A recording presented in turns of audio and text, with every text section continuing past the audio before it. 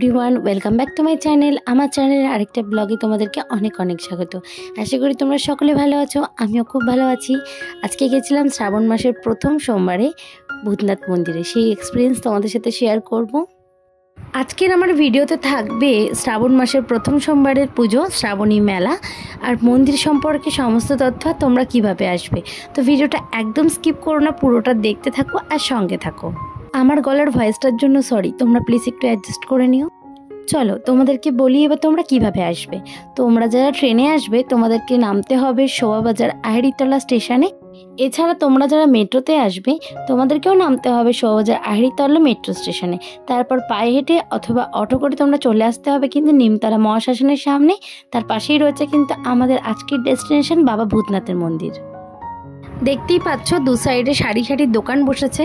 এগুলো হচ্ছে শ্রাবণের মেলার জন্য কিন্তু এই দোকানগুলো বসেছে। অন্য সময় কিন্তু এত স্টল থাকে না, তবে টুকটাক কিছু স্টলগুলো থেকেই থাকে। দু সাইডে খুব সুন্দর আলো দিয়ে সাজানো হয়েছে, তবে একটু অন্ধকার না হলে আলোগুলো জ্বালানো হবে না, তাই অন্ধকার হলে আমি তোমাদেরকে আলোগুলো দেখাবো। আর গঙ্গার পাশ থেকে এরকম ছোট বড় অনেক মন্দির তোমরা দেখতে পাবে। চলে এসেছি শোভাবাজার আহেরিতলা ঘাটের সামনে। পুজো দেওয়ার জন্য প্রথমে আমি গঙ্গায় গিয়ে গঙ্গা জল মাথায় ছিটিয়ে নিলাম।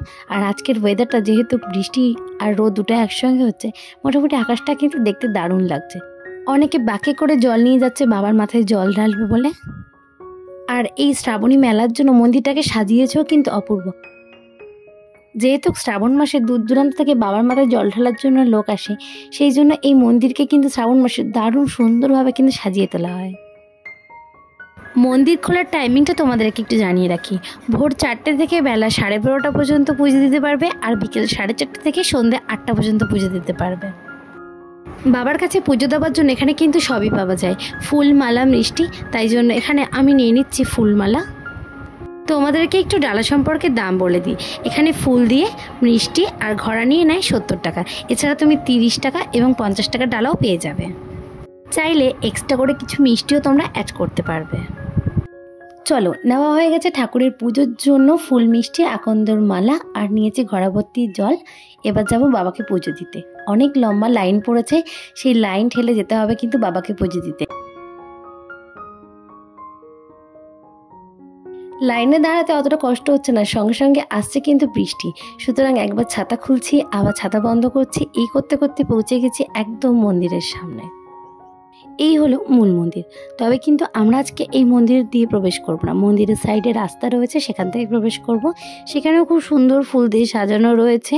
আজকে যেহেতু এত লোকের সমাগম রয়েছে, সকলে শ্রাবণ মাসের প্রথম সপ্তাহে সোমবারে বাবার মাথায় জল ঢালতে এসছে। চলো তোমাদেরকে এই মন্দির সম্পর্কে কিছুটা ইতিহাস বলি। বাংলার প্রাচীন এবং বিখ্যাত মন্দিরগুলোর মধ্যে অন্যতম নিমতলার ভূতনাথ মন্দির। বাবা ভূতনাথ ধামকে একটি পবিত্র স্থান হিসেবে কিন্তু বিবেচনা করা হয়। এই মন্দিরে সকল ভক্তদেরই কিন্তু ইচ্ছা পূরণ হয়। এই মন্দিরে ভূতনাথ হচ্ছেন স্বয়ং মহাদেব। এখানে ভগবান শিবের প্রাক নটরাজ রূপ হিসেবে কিন্তু দেখা মিলবে। এই মন্দিরের উৎস সম্পর্কে খুব বেশি তথ্য কিন্তু এখনো পাওয়া যায়নি। প্রচলিত কথা অনুযায়ী বারাণসী থেকে এক অঘরী সাধু এসেছিলেন হুগলি নদীর তীরে, তিনি এই শিবলিঙ্গ প্রতিষ্ঠা করেছেন। স্থানীয় শ্মশান থেকে একটি পোড়া দেহের ছাই নিয়ে ভগবান শিবের পুজো করা হতো। প্রায় 300 বছর ধরে চলে আসছে এই রীতি। অতিমারি লকডাউন চলাকালীন শ্মশানের জন্য বেশ কয়েকটি বিধিনিষেধ আরোপ করা হয়েছিল, তাই এই রীতিগুলো মেনে চলা হয়েছিল কঠিন। কিন্তু আশ্চর্যের বিষয় হলো তাও প্রত্যেক দিন সকালে হুগলি নদীর তীরে একটি করে মৃতদেহ দাহ এবং পুড়িয়ে ফেলার জন্য উপস্থিত হতো। গত 300 বছর ধরে প্রতিদিনই এমন ঘটনা ঘটছিল। ইংরেজ আমলে এখনকার নিমতলা শ্মশানটি সরিয়ে নিয়ে যাওয়ার জন্য কিন্তু নির্দেশ দেওয়া হয়েছিল, কিন্তু কৃষ্ণমোহন বন্দ্যোপাধ্যায় তাতে কিন্তু প্রবল আপত্তি জানিয়ে শেষ পর্যন্ত এখানেই থেকে গেছে। একদম চলে এসেছি বাবার মন্দিরের ভেতরে। এবার বাবার মাথায় জল ঢেলে নেব।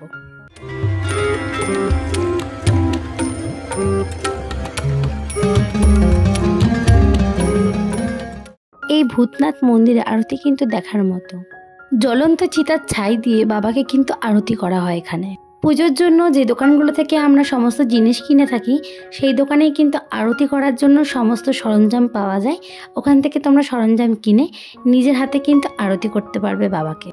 এই মন্দিরে আসলে তোমরা কিন্তু অবশ্যই এই মহাকাল লেখাটা লিখে নিও।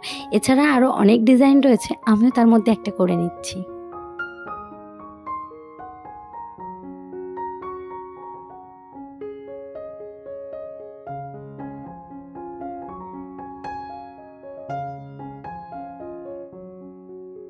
আজ যেন প্রকৃতিও ভীষণ আনন্দে মেতে উঠেছে।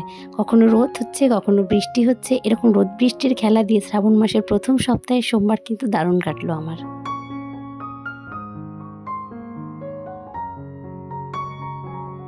পুজো তো দেওয়া হয়ে গেছে, এরকম বারবার বৃষ্টিতে এক কাপ চা না হলে চলছে না। তার সঙ্গে গঙ্গার পাত, চা কিন্তু খুবই দরকারি। চলুন চা খেতে খেতে দেখি রাত্রিবেলা কি সুন্দর লাগছে আলোগুলো। তোমরা কবে আসছো বাবার মাথায় জল ঢালতে? আর কমেন্ট বক্সে হর হর মহাদেব লিখতে কিন্তু একদমই ভুলবে না। এবার ফিরতে হবে বাড়ি। ভিডিওটা এখানেই শেষ করছি।